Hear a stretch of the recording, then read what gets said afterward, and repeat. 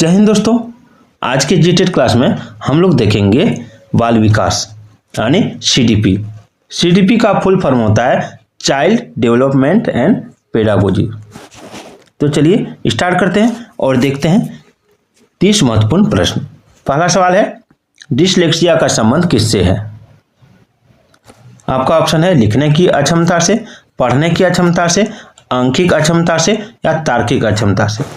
तो देखिए डिसलेक्सिया का संबंध होता है पढ़ने की अक्षमता से। ठीक है, अगर बच्चे बी को डी बोल रहा है और डी को बी बोल रहा है तो समझ जाइए कि वो डिसलेक्सिया से ग्रसित है, यानी पढ़ने की अक्षमता से ग्रसित है। और लिखने की अक्षमता को डिसग्राफिया कहा जाता है और आंखिक अक्षमता को डिसकैलकुलिया कहा जाता है। चलिए आगे देखते हैं।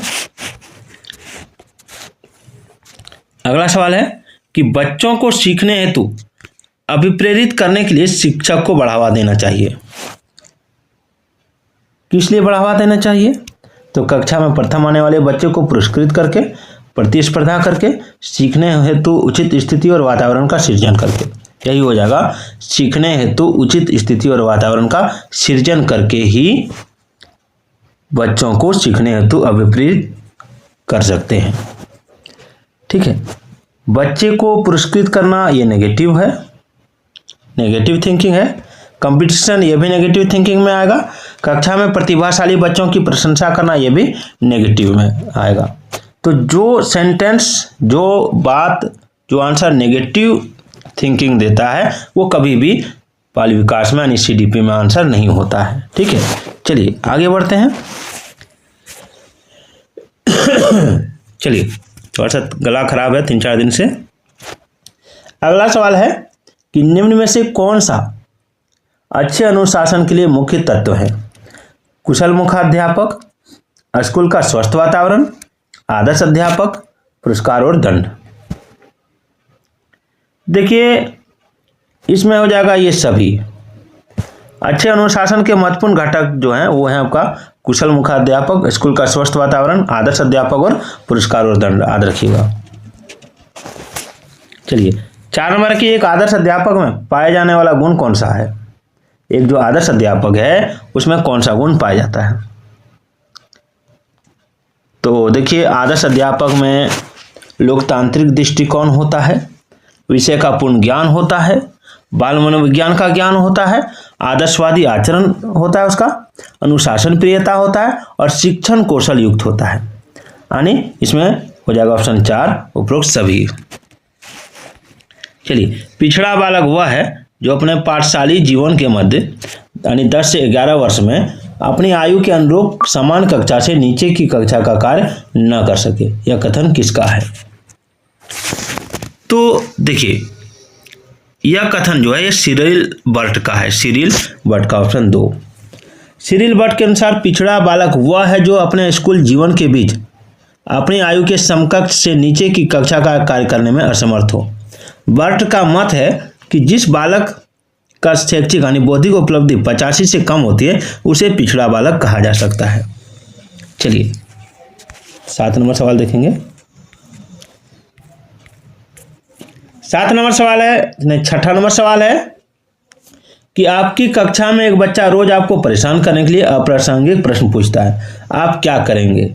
उसे डांटेंगे, प्रधानाचार्य से शिकायत करेंगे, उससे बातचीत करेंगे या उसके माता पिता से शिकायत करेंगे? तो देखिए डांटना तो ये नेगेटिव थिंकिंग है, तो उसे डांटेंगे नहीं। प्रधानाचार्य से शिकायत करेंगे ये तो होगा ही नहीं। ठीक है, प्रधानाचार्य से शिकायत नहीं करना है, उससे बातचीत करेंगे। उससे क्या करेंगे? उससे बातचीत करेंगे। और माता पिता से तो शिकायत करेंगे ही नहीं। ठीक है, तो ऑप्शन 3 हो जाएगा, उससे बातचीत करेंगे। क्या हो जाएगा? ऑप्शन 3, उससे बातचीत करेंगे। मैं थोड़ा सा कलर चेंज कर लेता हूं तो अच्छा दिखेगा। उससे बातचीत करेंगे। ठीक है, यानी ऑप्शन 3 हो जाएगा। याद रखिएगा, ऑप्शन 3 हो जाएगा। चलिए अगला सवाल देखते हैं। अगला सवाल है कि पियाजे की कौन सी अवस्था का संबंध अमूर्त एवं तार्किक चिंतन से है? पियाजे की कौन सी अवस्था का संबंध अमूर्त एवं तार्किक चिंतन से है? पूर्व संक्रियात्मक अवस्था, संवेदी गामक अवस्था, अमूर्त संक्रियात्मक अवस्था, मूर्त संक्रियात्मक अवस्था। तो देखिए पियाजे ठीक है। जीन पियाजे ने अपने सिद्धांत में बुद्धि के विकास के 4 चरण दिए हैं। संवेदीगामक अवस्था, ये 0 से 2 साल होता है, ठीक है। अमूर्त संक्रियात्मक अवस्था, ये 2 से 7 साल तक होता है। मूर्त संक्रियात्मक अवस्था, ये होता है आपका 7 से 11 वर्ष तक, ठीक है। और औपचारिक संक्रियात्मक अवस्था, ये होता है आपका 11 से 15 वर्ष तक, ठीक है। तो पियाजे की जो अवस्था है संबंध अमूर्त एवं तार्किक चिंतन से है, वो है आपका ऑप्शन 3। अमूर्त संक्रियात्मक अवस्था में बालक जो है थोड़ा सा तार्किक चिंतन करता है, और औपचारिक अवस्था ही अमूर्त संक्रियात्मक अवस्था होती है। चलिए 8 नंबर सवाल देखिए कि एनसीईआरटी 2005 की संस्तुतियों के अनुसार कक्षा 1 एवं कक्षा 2 के विद्यार्थियों के लिए मूल्यांकन का तरीका क्या होना चाहिए? मौखिक परीक्षण के आधार पर, लिखित परीक्षण के आधार पर, लिखित एवं मौखिक परीक्षण के आधार पर, या प्रेक्षण के आधार पर? तो देखिए इसका जो आंसर होगा वो हो जाएगा ऑप्शन 4, प्रेक्षण के आधार पर। राष्ट्रीय पाठ्यचर्या का रूपरेखा 2005 के अनुसार कक्षा 2 अर्थात पूर्व प्राथमिक स्तर पर बच्चों का मूल्यांकन प्रेक्षण के आधार पर होना चाहिए, ठीक है। चलिए संस्कृति पर शिक्षा का क्या प्रभाव पड़ता है? देखिए संस्कृति पर शिक्षा का बहुत ही प्रभाव पड़ता है। संस्कृति के हस्तांतरण में सहायता करना, संस्कृति की निरंतरता को बनाए रखना, संस्कृति का परिष्करण, ये तीनों यानी उपयुक्त सभी हो जाएगा। चलिए आगे, कोमल शिल्प उपागम संबंधित है किससे? देखिए कोमल शिल्प उपागम ये संबंधित है मनोविज्ञान सिद्धांतों के अनुप्रयोग से, ठीक है। एक शिक्षिका का भावात्मक बुद्धि लब्धांक ऊंचा है, इसका तात्पर्य क्या है? तो वह उच्च अनुशासन प्रिय है, वह उच्च बुद्धि वाली है, या वह हास प्रयास वाली है, या फिर वह संतुलित व्यवहार रखती है? तो ये हो जाएगा वह संतुलित व्यवहार रखती है, संतुलित व्यवहार रखती है, ठीक है। संतुलित व्यवहार करने वाले शिक्षकों में भावात्मक बुद्धि लब्धांक ऊंचा होता है। चलिए 12 नंबर देखिए, निम्न में से वस्तुनिष्ठ परीक्षणों के गुण के संबंध में सही कथन कौन सा है?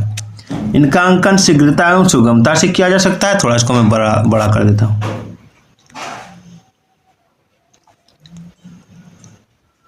चलिए, ये परीक्षकों के व्यक्तिगत प्रभाव से प्रभावित नहीं होते हैं, वस्तुनिष्ठता के कारण ये अधिक विश्वसनीय एवं वेद होते हैं, उपयुक्त में से कोई नहीं। तो देखिए इसका राइट आंसर हो जाएगा ऑप्शन 1, 1, 2 एवं 3, 1, 2 एवं 3, ठीक है। चलिए, विद्यालय का कार्य क्या होता है? संस्कृति का परिष्करण, संस्कृति का संरक्षण, संस्कृति के नए प्रतिरूपों का निर्माण।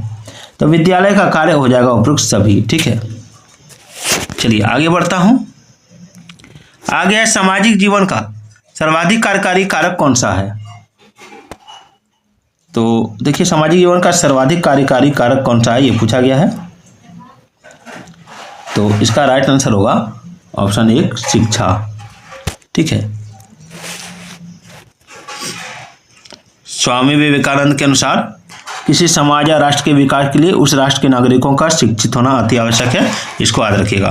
राष्ट्रीय दृष्टिवादिता संस्थान यानी NIVH, ठीक है, कहाँ स्थित है? तो ये स्थित है आपका देहरादून में। चलिए आगे बढ़ते हैं।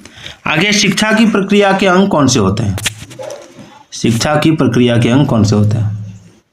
तो देखिए शिक्षा की प्रक्रिया के अंग जो होंगे वो हो जाएंगे शिक्षार्थी, शिक्षक और पाठ्यक्रम, ये तीनों होंगे तभी शिक्षा की प्रक्रिया का अंग होगा, यानी ये सभी हो जाएगा। आगे प्रभावी और अस्थायी शिक्षा ग्रहण करने के लिए विद्यार्थी के पास क्या होना चाहिए? तो योग्यता और अभिप्रेरणा का वांछित स्तर, ठीक है, योग्यता और अभिप्रेरणा का वांछित स्तर। चलिए आगे देखते हैं। देखिए अगला सवाल है कि निम्नलिखित को सम्मिलित कीजिए। सूची 1 और सूची 2 दोनों एक ही साथ दिया है। रिपब्लिक है, ठीक है, रिपब्लिक का लेखक कौन है? रिपब्लिक का लेखक कौन है? यह एक पुस्तक है। तो इसका लेखक है प्लेटो। ठीक है, इसका लेखक कौन है? प्लेटो।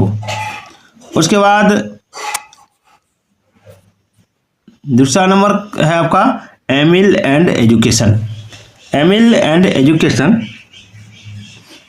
इसके लेखक कौन है? इसके लेखक है रूसो। उसके बाद है दी स्कूल एंड सोसाइटी। इसके लेखक कौन है? तो दी स्कूल एंड सोसाइटी जो है इसके लेखक है आपका जॉन डीवी। संध्या विधि, इसके लेखक कौन है? तो दयानंद सरस्वती। दयानंद सरस्वती याद रखिएगा। ठीक है। खेल शिक्षण विधि के प्रतिपादक कौन है? फ्रोबेल, सुकरात, किलपेट्रिक या अरस्तु? तो खेल विधि शिक्षण विधि के प्रतिपादक फ्रोबेल हैं, याद रखिएगा। अगला सिरिल बट के अनुसार पिछड़े बालकों की बुद्धि लब्धि क्या होती है? तो पिछड़े बालकों की बुद्धि लब्धि 85 से कम होती है।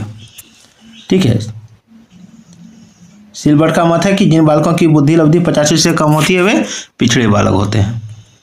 चलिए आगे, प्राय लड़कियां गणित में कमजोर होती हैं, यह क्या है? तो यह है आपका लैंगिक पूर्वाग्रह पर आधारित धारणा, यानी ये नेगेटिव सोच देता है। ठीक है। प्रतिभाशाली, इसको मैं समझा देता हूं कि लैंगिक पूर्वाग्रह मतलब क्या होगा कि लड़के और लड़कियों में अंतर होना। ठीक है। प्रतिभाशाली बालकों में निम्न विशेषता होती है। कौन सी विशेषता होती है? तो प्रतिभाशाली बालक जो होते हैं, ठीक है, उसमें आपका जो विशेषता होता है वो होता है बुद्धि लब्धि 110 से अधिक होता है, अधिक महत्वाकांक्षा, विस्तृत शब्दकोश, यानी ऑप्शन 4 हो जाएगा उपरोक्त सभी। ठीक है।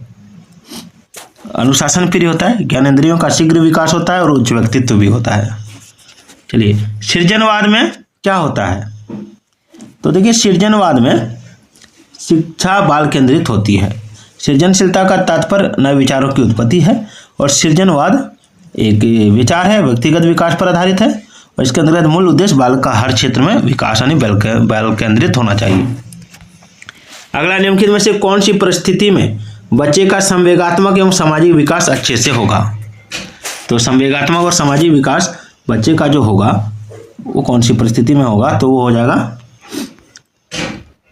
2 नंबर, जब बच्चे को महत्वपूर्ण माना जाए और उसकी भावना का सम्मान किया जाए, ये हो जाएगा। ठीक है, जब बच्चे को महत्वपूर्ण माना जाए और उसकी भावना का सम्मान किया जाए। चलिए 25 नंबर सवाल देखिए। 25 है, बच्चों में अच्छे चरित्र के निर्माण के लिए क्या होना चाहिए, क्या करना चाहिए? तो कक्षा का गतिविधि इस प्रकार से हो कि बच्चों को चरित्र निर्माण में सहायता मिल सके। ठीक है, चलिए आगे देखते हैं। 26 नंबर सवाल। 26 नंबर सवाल है कि भारत के शैक्षिक इतिहास में किसने प्राथमिक शिक्षा का मौलिक अधिकार संबंधी बिल यानी धारा सभा इंपीरियल काउंसिल में प्रस्तुत किया था? तो देखिए इसका राइट आंसर होगा ऑप्शन 3 गोपाल कृष्ण गोखले ने। बड़ौदा नरेश सयाजी रावजी गायकवाड़ से प्रभावित होकर गोपाल कृष्ण गोखले ने केंद्र सभा के समक्ष मार्च 1910 में प्राथमिक शिक्षा के मौलिक अधिकार संबंधी बिल प्रस्तुत किया था। 27 है, मूल्यांकन से क्या अभिप्राय है? तो मूल्यांकन से अभिप्राय है आपका छात्रों के अधिगम की सफलता व असफलता का अध्ययन करना। ठीक है। चलिए 28 है, बेसिक शिक्षा हेतु महात्मा गांधी ने किस पाठ्यक्रम पर बल दिया? तो हस्तकला केंद्रित। ठीक है, गांधी जी ने वर्धा कमीशन का निर्माण किया और इसकी अध्यक्षता डॉक्टर जाकिर हुसैन द्वारा की गई और इस कमीशन ने हस्तकला के द्वारा शिक्षा देने का सुझाव दिया था। छात्रों को ठीक, शाबाश, बहुत अच्छा कहना है, तो इससे क्या होता है? इससे सकारात्मक शाब्दिक पुनर्बलन मिलता है। ठीक है, इसके अंतर्गत क्या होता है कि यह एक मौखिक प्रशंसा है जिससे बच्चे प्रोत्साहित होते हैं। चलिए आगे देखते हैं। निम्न में से कौन श्रव्य दृश्य सामग्री का उद्देश्य है? शिक्षण को प्रभावशाली बनाना, छात्रों में सृजनात्मकता उत्पन्न करना, छात्रों को क्रियाशील बनाना, विषय वस्तु में अरुचि उत्पन्न करना। तो इसमें हो जाएगा आपका ऑप्शन 2। ठीक है, यानी 1, 2 और 3 तीनों। तो वीडियो कैसी लगी कमेंट जरूर कीजिएगा। उसके बाद देखिए अगले वीडियो में आपको हिंदी का प्रैक्टिस सेट मिलेगा। तो फिर मिलते हैं। जय हिंद, जय भारत।